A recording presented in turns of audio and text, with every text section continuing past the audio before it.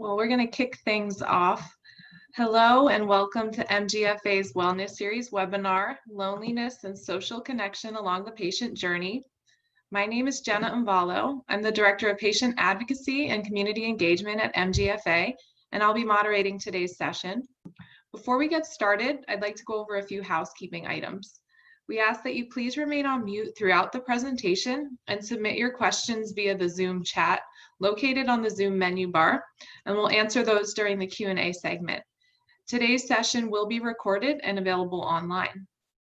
I'd like to give special thanks for the support of our Wellness Series presenting sponsors, Alexion, argenx, Momenta, and UCB, and our supporting sponsor, Immunovant. We've got a great presentation ahead, and now it's my pleasure to introduce today's speaker, Kasley Killiam. Kasley is a social scientist and community builder who specializes in how relationships influence health.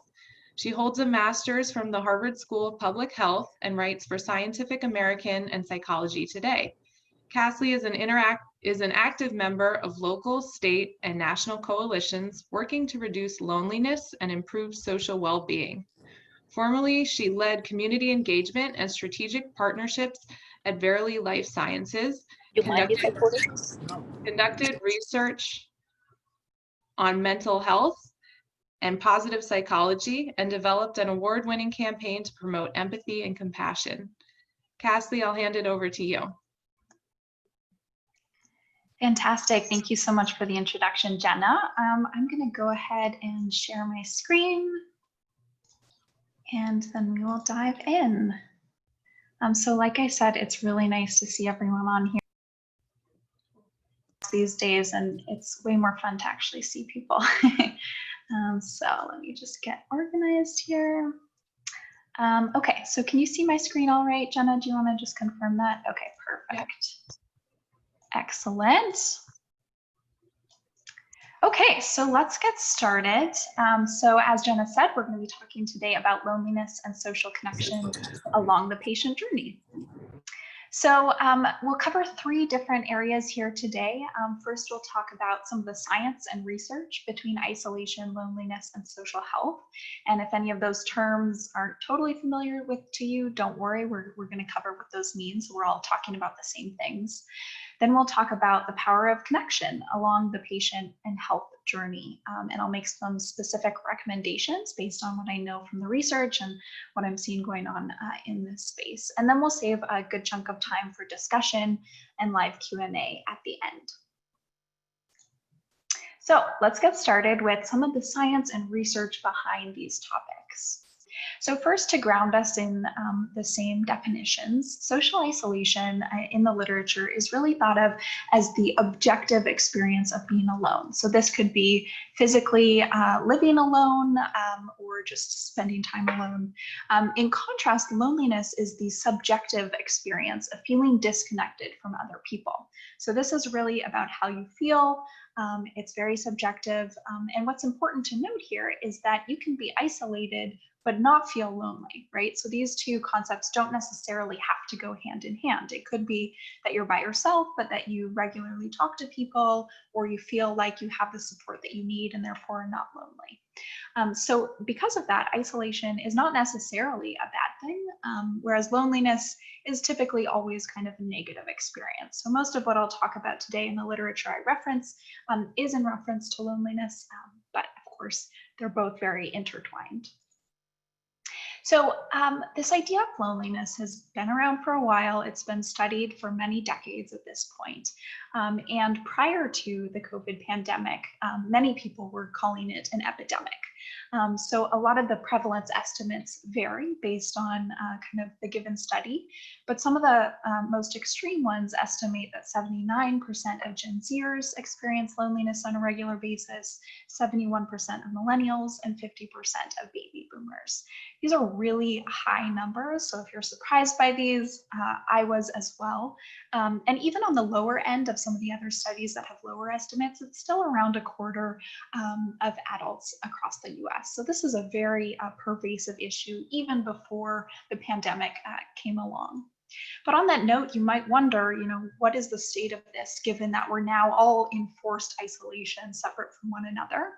And I recently wrote this article talking about some of the latest research on this topic. And interestingly, loneliness levels across the population have generally stayed pretty stable in the last few months, which is really surprising. I was one of many social scientists really concerned that this would worsen a lot during this time.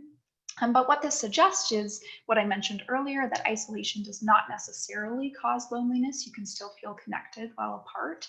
And also that we collectively are really having to prioritize our relationships and make space for connection, even in this remote world that we're living in. So kind of an optimistic picture there.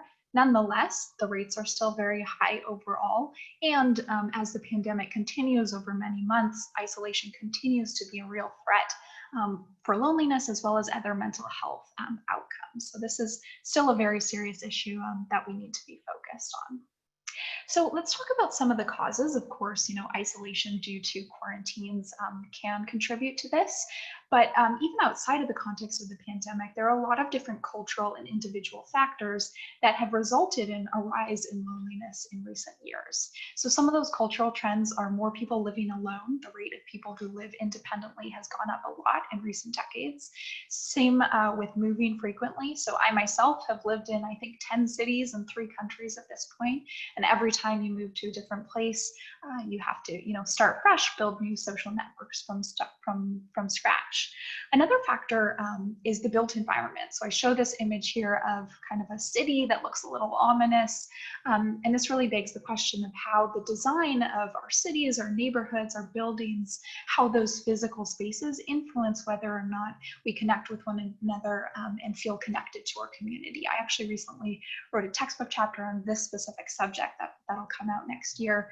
Another factor, which is no surprise, is technology and social media. Some of you may have seen that documentary, The Social Dilemma, that recently came out on Netflix that kind of touches on this. And a lot of the research coming out in this space suggests that it's really about how you use technology and social media. So if you're using it to engage with one another in healthy ways, to meet new people, to organize ways of connecting, then that can actually be really beneficial for our mental health. Whereas if we're just using it to kind of doom scroll on social media or read headlines that are really negative, that can have a negative impact. And then there are different individual factors, right? So community membership, there's some evidence suggesting that in the last 10 years, participation and membership in social clubs or community organizations or hobby groups has actually declined quite a bit by, I think, around 20%. There's also things like social anxiety or language barriers or physical mobility limitations that make it really hard to engage socially. And then there are certain social norms around, whether you can strike up conversation with a stranger or whether you know your neighbors, that also plays into the prevalence of loneliness. And then most relevant to this group, of course, is navigating health conditions can absolutely be an inherently isolating and lonely experience. And I think it's important to note that even if you do have social support from your friends and family, it's really if you don't have other people who understand your symptoms and that experience that you're going through, it can still feel lonely. And COVID has made this even more difficult, which you all know better than me. If we're concerned about leaving the house and the safety of that, if we're immunocompromised and worried that we're at greater risk. So here I really kind of want to nod to the fact that if you do feel lonely during this time or at any stage along kind of the health journey, that's a very valid experience and a very natural way to feel. And I think it's okay and important to give space for that. So I want to make a distinction about temporary or chronic loneliness. So this complicated graph, which you don't need to worry about, is from a paper that came out of MIT earlier this year, where they compared brain images to people who were hungry and people who were isolated. And they found that the same neural regions were activated in those two states, suggesting that isolation triggers kind of a craving in the same way that hunger triggers a craving for food. So the takeaway here is really that isolation and loneliness are a signal from our brain telling us that we need something. And whereas hunger tells us we need to eat some food, loneliness might be telling us that we need to connect and we need to feel that sense of belonging. So that kind of short temporary experience of loneliness isn't a bad thing. It's actually a very normal part of our body's system. When it becomes being a problem is when it's chronic. So when that is prolonged for many months or even years, that's when we start to see some negative health outcomes. So on that note, what are some of these health effects that we see in the literature? It's kind of intuitive that, if you're lonely, you might have some sort of mental health outcomes associated with that: lower life satisfaction, negative emotions, depression, even faster cognitive decline has been found by some studies. But perhaps less intuitively is some of these physical health outcomes that are associated with loneliness. So things like lower immunity, higher blood pressure, more inflammation, even a greater risk of things like heart disease and stroke. So this is surprising to a lot of people, that something that seems psychological could also be having these really serious physical health consequences as well. And on the far extreme end, loneliness has been associated with a mortality risk that's comparable to smoking and consuming alcohol, and actually higher than physical inactivity and obesity. Again, this is really kind of a wild finding, that feeling lonely on a chronic basis can be as bad for us as smoking cigarettes.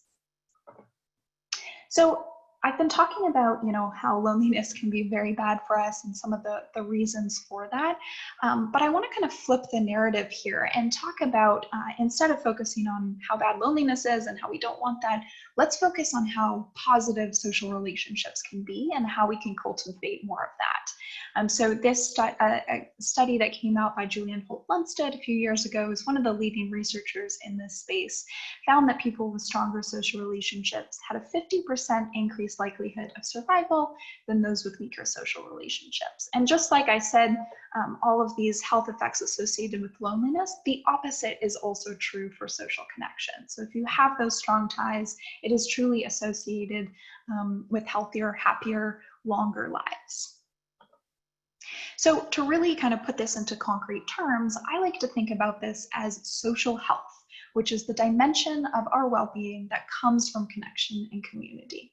So this image here is showing the fact that health and well-being is really multidimensional, right? There are so many areas that we can derive that from, whether we think about our physical health, our mental and emotional health, perhaps our spiritual health, or the environment around us and how that influences our well-being. And the piece that I really want to pull out here and focus on today is this social aspect, the social health dimension that is so important in our lives. So what are some of the kind of characteristics of this to help you conceptualize it in this way if this term is new to you? First, it's subjective, right? It's like I mentioned about loneliness, similarly with social well-being, it's how you perceive and feel about your relationships, whether or not you feel like you have people who you can reach out to, whether or not you feel seen and heard, and like you have a sense of belonging. That's very subjective and up to you. And we all have individual kind of unique preferences around this based on our personalities and our what we like. Similarly, it's really more important to focus on quality rather than the quantity of our relationships and interactions. So you could have just one person or several people who you feel close to, and that can be enough. There's no need to be a social butterfly unless you want to. If you're more extroverted and derive a lot of enjoyment from many interactions, then that's great. That's your preference. If you're more like me, who's an introvert and prefer to just maintain a few really, really close friendships, then that's also totally fine. But what matters is that quality and what feels right for you.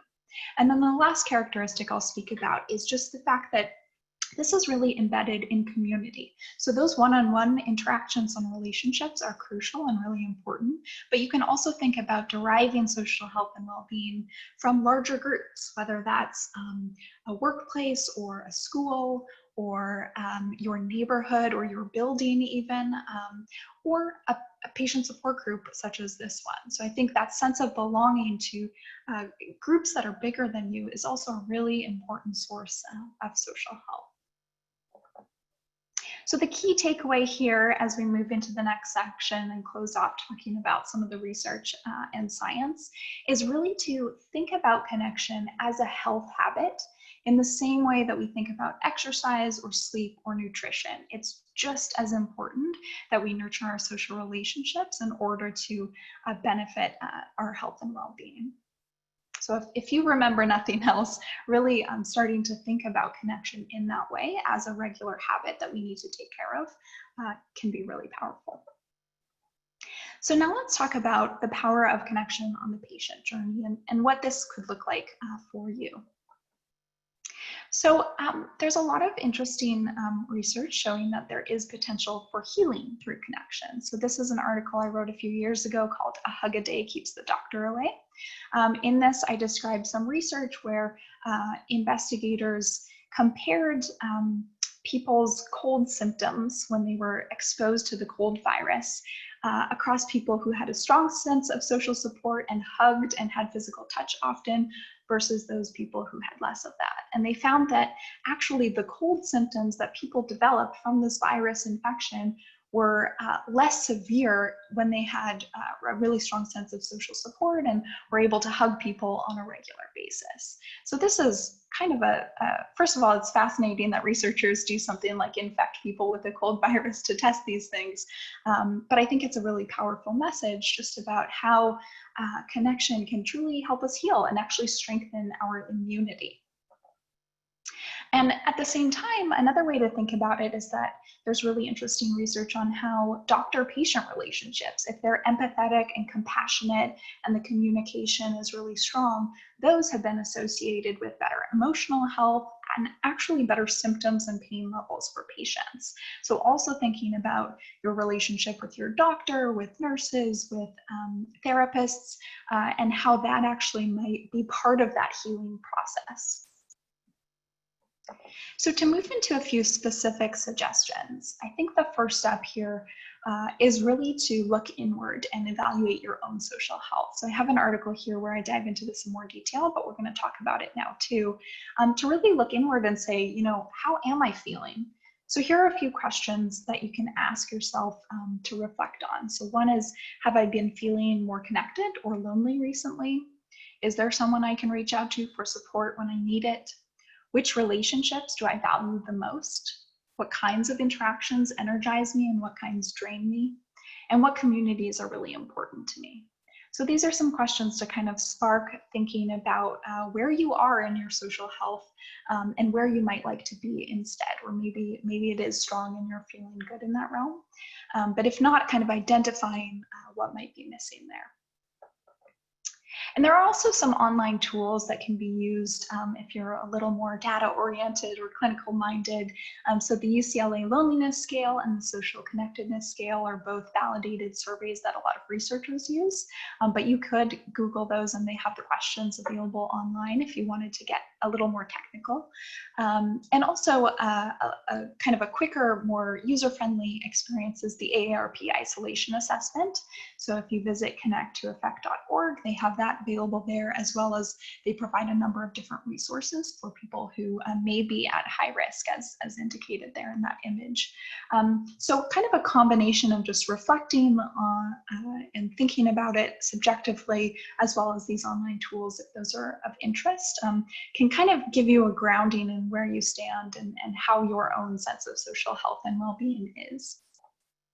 And then a second step informed by that first one is deepening or broadening, or perhaps both. So deepening is really about nurturing your existing relationships. I think a common thing that I hear from people is that they actually have a lot of friends and family but still feel lonely, and perhaps it's because some of those interactions are more superficial, or they just haven't kind of been able to take it to a deeper level. So nurturing those and planting those roots more.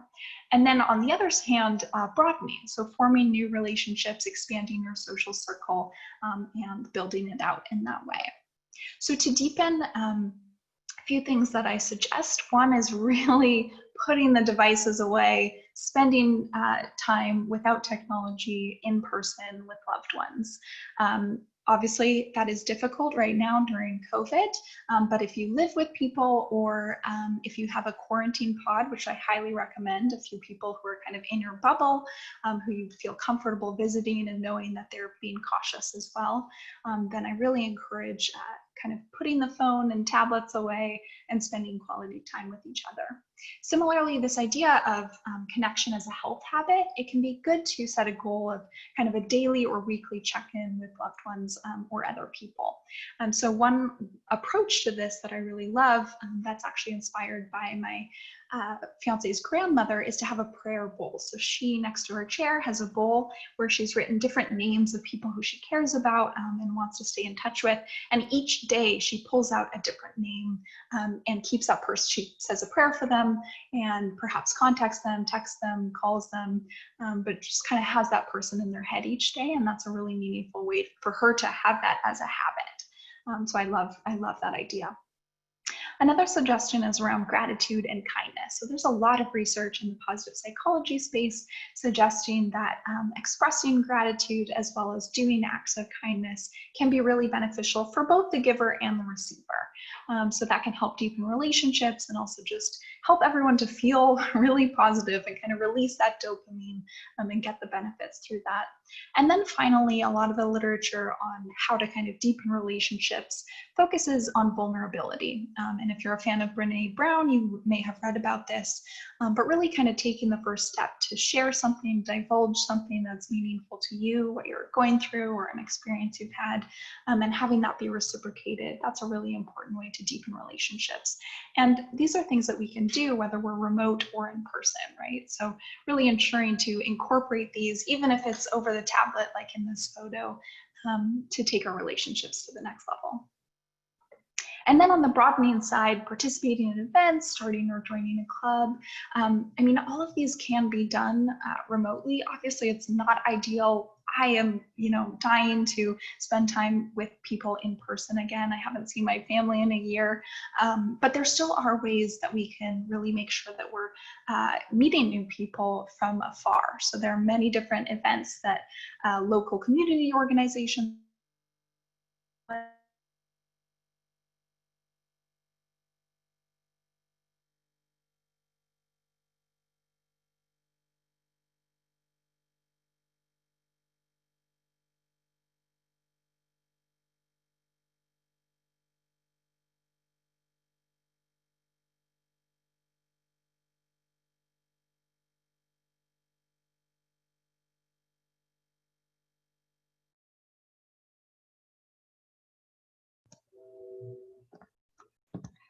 Kasley, if you can hear us, that we lost audio there.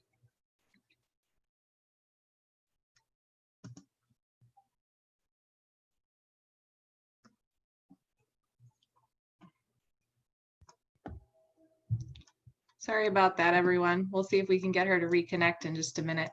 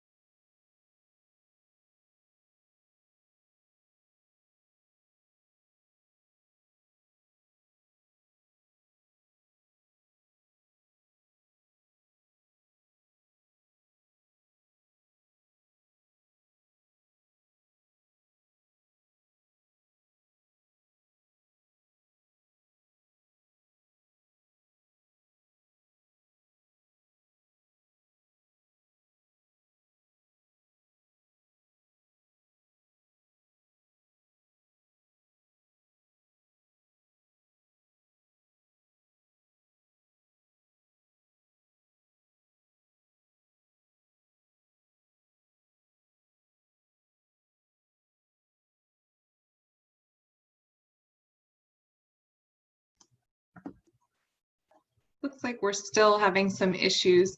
So while we're waiting for her to reconnect, I can really quickly just cover some of the volunteer opportunities that the MGFA offers and ways that you can reach out to feel connected through the foundation as well. We actually this weekend have an event coming up, which is going to be our Lucky Duck Derby. And this is going to be, it's a fundraiser that we have going on right now. We have, I think it's thousands, if I'm correct at this point, thousands of ducks that are going to be launched down a river tomorrow. And the winning ducks will win some prizes. That's available on our website if anybody has an interest in checking that out. We also have it posted. It will be recorded and shown on Facebook Live. So I encourage everybody who wants to partake in something a little bit different but fun to join us for that tomorrow. We also have our support groups, which I know that most of you are really involved in at this point in time. The support groups are all being held virtually right now. So if you don't have the opportunity to meet with someone local, you can also join a group that's in a different city even. Hi, Kasley. I'm so sorry about that. I have no idea what happened, but I'm so glad you're still on. We can jump right back in if that works for you. Yep. So sorry about that, everyone. I don't know. This is the joy of presenting during a pandemic. You just never know. Okay, so let's dive right back in so we don't waste any more time. So as well, there are a lot of tools online right now, digital tools, apps, as well as other gatherings that people are hosting. And I curated a list of over 120 of those that are available for free in this article. So if those are of interest, if you're curious about deepening or broadening and want specific tools to help you do that, there are some listed there. The third and final suggestion I will say, and this ties into what Jenna was just mentioning, is really to leverage this community. And I swear they didn't tell me to say that. It's an honest suggestion because I think patient support groups and support groups of any kind can be hugely powerful. It's what I was mentioning earlier about the difference between having support from loved ones with great intentions, but who don't necessarily know what you're going through or understand your symptoms or specific experience. And this is really an opportunity for you to share with other people who do know what you're going through and have that as well. And there's a couple reasons I think that's so important to both give and receive in that environment. One is that emotional support, obviously, right? It's about being there for each other and supporting each other through that, but also the practical support of being able to share resources, being able to say, hey, there's this new doctor in town who's really great, or hey, there's this new research study that came out that you might be relevant for you. And also being able to give support as well can be really healing in and of itself. So I love that this community is so vibrant. Clearly, there are so many of you here today, and the fact that you have support groups locally across the country, really make the most of that, get involved with that, and leverage that as a powerful source of support along the whole health journey. So with that, we can move to discussion and live Q&A. I apologize again for that flip, but I'm here to answer any questions you may have, as well as if you want to share some of your experiences and just share together. I think this is a great opportunity to do so. Thanks so much. It looks like Jessica wanted to see if you could pull up that slide again where you mentioned the list of 100 ways to connect. Oh. I can indeed. Yes, so this is an article on Medium that links to the resource, so the Growing Social Wellness Landscape. And in there, again, there's about 120 different apps and platforms that you can use to either deepen or broaden. And it's free. I'm not trying to sell anything. It's just a list that I curated. That's great. Thank you. I have a couple questions. So the first one is for somebody who doesn't use social media. What are some other ways that they can reach out and try to get connections or interact with groups, Mhm. especially during COVID? Absolutely. That's a great question. In fact, I don't even recommend social media uh, in most circumstances because it can be kind of a negative place or a place where we feel depleted rather than energized by interactions. So there are a number of ones listed in that resource that I mentioned. But I would also suggest things like meetup.com or even the AARP's connecttoeffect.org links to different resources where you can still meet new people and access those new kind of relationships. There's also many, I would encourage everyone to look locally. So there are national resources like AARP, but there's also in most cities and towns, different nonprofits that organize events specifically for older adults, for example, or for people of different age groups. There are friendly phone lines. So I can speak most to San Francisco and Boston because I've spent the most time there. So for example, San Francisco, the Institute on Aging has a friendly phone line where you can call in anytime and talk to someone. There's also things like I serve on the board of an organization called the Community Living Campaign in San Francisco, where we have a community connector network where people meet up now virtually with people locally in their neighborhood to create those community connections. And things like that exist in every single city and town across the US. So I'd encourage people to kind of do a Google search locally. And even if you're not on social media, you can be part of those different groups.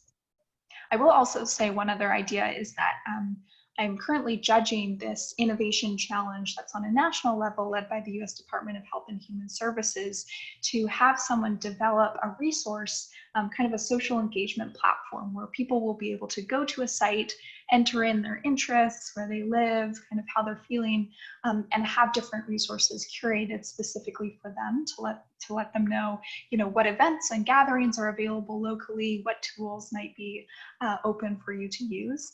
And so that should be available. We're just in the judging process now, but it should be available in about 6 months to a year. So a little further off, but still that will be something that's available across the country coming up.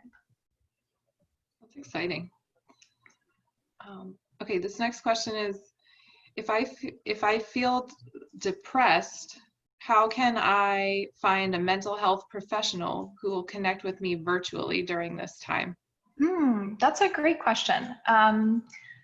So I'm not a mental health professional, so take it with a grain of salt, but there are absolutely, I know that there are many therapists as well as doctors who are providing services remotely right now.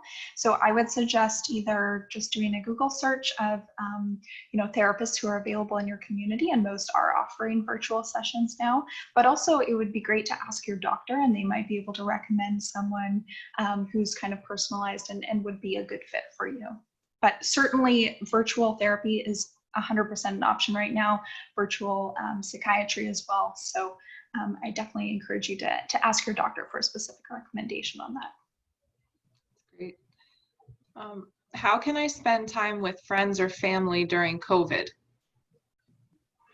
Good question. So, I mean, it depends a little bit if they live in your neighborhood or community or if they're elsewhere. I mean, my family's all in Vancouver, so I'm not spending time with them in person, but we do have kind of virtual events that we do together often. So we'll use FaceTime or Zoom or Skype or things like that to actually have dinner together. I recently celebrated my birthday and we had a birthday party online over one of those video platforms.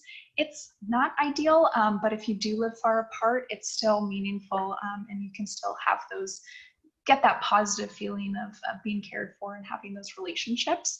And then if you do live in the same city, I strongly recommend being in a quarantine pod, as people call it, or a quarantine bubble with whether it's family members or a few friends or something like that. Thank you, Lisa, for the happy birthday. I strongly recommend that because it is, we do all crave those in-person connections, and being able to hug someone just can't be, it's unparalleled. And so setting up a group with whom you all have kind of a circle of trust, you're all following the same guidelines to make sure that you're minimizing risk. As much as that's an option, I would really encourage it. That's great. This next one is, even around my family, I feel lonely because no one understands my MG. how can I change this, or what can I do to make this better? Yeah. Well, first of all, thank you for sharing that. And I'm sure a lot of people on here feel that way. And I think that's true of really any disease or kind of experience that we might go through, where you may feel loved and supported in other ways, but not feel seen for that specific experience. And that's where I see Jenna put up the information for this organization. And I swear they're not plugging me to tell you this, but I do really think leveraging the fact that there are local support groups within this community that you can tap into and be part of, or start yourself, lead some events yourself, getting engaged with that, and leveraging events like this to share in that experience. I think it's so important to have other people who know, what it's like to go through this and be able to support each other in that. So leverage the fact that this already exists. I talk to some organizations who don't have support groups and are really starting from scratch, and you already have these spread out across the country. So really make the most of that, have virtual meetings while we need to be apart, and sharing that experience together. That's great. And another program that the MGFA has is called our MG Friends program. And this is designed for individual conversations. So it's peer-to-peer phone support. And I think it's really helpful in some cases if you're looking for just one person to speak to, maybe a big group setting isn't what you're feeling right now, then you can connect with an MG friend, and it's somebody we try to pair you with someone who has similar experiences or something relatable to what you're going through, depending on what you submit. And they'll give you a phone call, and you can just take the opportunity to share how you're feeling, to get some support and encouragement and additional resources as well. That's fantastic. And also, if you feel like you would like to volunteer and give back in a way, we always accept applications for that program for people to be an MG friend, to be the person who makes those phone calls and offers the support. There's a training that goes with that. And likewise with the support groups, you can start your own support group in your area if there isn't one, and go through a training to be a support group leader as well. So nice ways to feel connected and a part of your community while also giving back, if you like. Which also is beneficial, and there's lots of research on that too. So yeah, absolutely, volunteering and giving back is a great way to feel connected as well. Great. This next question, it's when you have MG, one has just so many units of energy per day. If someone is limited to, say, half a day of energy, do you have any suggestions for how to allocate that energy between socializing, exercising, weekly errands, etc., and evenly split it? I love that question. I don't have MG, but I am an introvert, which means I also have a limited amount of energy that I can give in each day. And so I can relate in that way. And I will say that, I wish I had a specific hour amount or minute amount that I would say, this is how many minutes you should allocate in each day, but it really is individual and up to your preference.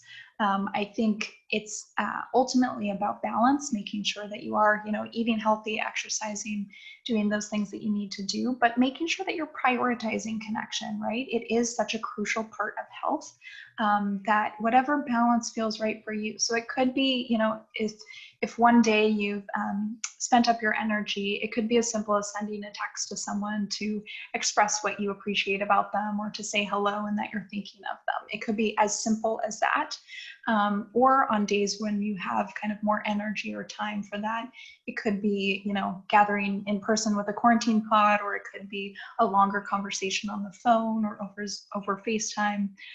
So I wish I could say 20 minutes a day is the secret, but it's really up to you to kind of see what's best for you. But I can definitely, I think that energy balance is really important, and I'm glad that you're kind of in touch and aware with the fact that you do need to balance that. Something that I've heard about that I think works well for me personally is this idea that your wellness is a practice. It's not something you're trying to complete or get to an endpoint. It's something that you want to do daily in different aspects. So if some days you have to practice more exercising or more socializing with people, and you put a little more time and energy into that, it's okay if you don't get to some of the other things that are a part of your holistic wellness approach. Do you have any other insights on that mindset? Yeah, I really like that mindset. I think thinking of it as a way of life rather than as like a to-do list is a really great way to think about it. Making sure that we're weaving connection into our days in the ways that feel right for us and nourishing for us, rather than having a checklist of things you need to do. It's really about just being aware that that is such a powerful source of health and well-being, and incorporating that into all of our daily practices. And also, you can exercise with someone else or do a virtual workout class with someone else. There are ways to kind of weave that connection into other health habits that you might be practicing as well. Yeah, that's very true. Okay, this one it's a little bit more specific about my book club helps me not feel so lonely, but we're not meeting now because of COVID. Are there book clubs online that I could join? Yeah, definitely. That's a great question. I'm also in a book club, and our participation tapered off at first when this all hit, but we've moved them online. So we use Zoom now to host our book clubs, and it's still really fun, really engaging. I still get the same value out of discussing the book with them and having those connections. So you could suggest that to your existing book club if that's an option for them to all plug in remotely. In terms of book clubs that are available online, I know a lot of people are doing them online. I don't know of one offhand, other than to say that certain celebrities and kind of public figures do host book clubs. So you might want to kind of search some of the people you're interested in and see if they have that. Like I know Reese Witherspoon has a book club, and I don't know if they meet online or how it all exactly works, but there are some people like that who do them remotely. That's fun. We've got one more question here. Do you think there will be any unexpected positive outcomes from the pandemic, such as new ways to connect with others? Yes, I love that question. Way to leave on a positive note. Yeah, I absolutely do. And that article I mentioned earlier on that showed that loneliness hadn't increased during the pandemic, it's kind of stayed stable, I think points to something that could be really positive. The two trends I'm seeing are, first of all, that we as individuals are prioritizing our relationships more as a result of the pandemic. So because we're all isolated now, it's made us suddenly realize that, oh gosh, friendship and connection and community are really important to me, and I need to find ways to prioritize that in my life. So that heightened awareness and kind of intentionality about prioritizing this, I think, are one really positive to come out of this. I mean, clearly, based on the statistics, we live in a society where a lot of people feel loneliness. And so if everyone is collectively realizing that that needs to change and we need to invest more in our relationships and prioritize that, then that's a positive. The second trend is around more innovation. So I'm seeing a ton of startups who are creating tools for people of all ages to connect in more meaningful ways or to make new friendships. I'm also seeing things like this challenge that I'm judging on that's led by the US Department of Health and Human Services. I mean, it's incredible that they've identified this, specifically social isolation and loneliness, as an issue that they want to invest in. And I'm seeing that in a lot of different arenas. There's been some policy put forth that around this topic, and there's many different online summits and kind of people in different sectors who are thinking about this issue and trying to innovate around it. So I think those two trends that I've seen since the pandemic started are both really positive, and I am optimistic that this greater focus on this issue will mean that we'll start to kind of reweave our social fabric and make community and connection a priority.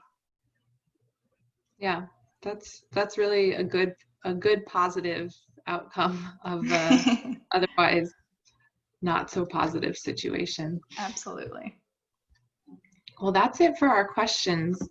I wanted to thank you so much for the informative session. There were a couple questions as to if the slides will be available.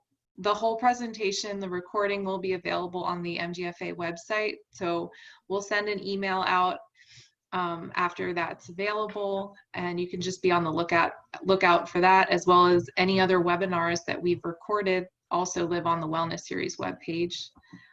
I wanted to thank everyone for your questions, for your time and your energy. Yeah, and thank you all. If you have further questions, you can feel free to reach out to me on my website, kasleykilliam.com. There's a way to get in touch. I'm happy to answer more questions. Thank you all. Thank you.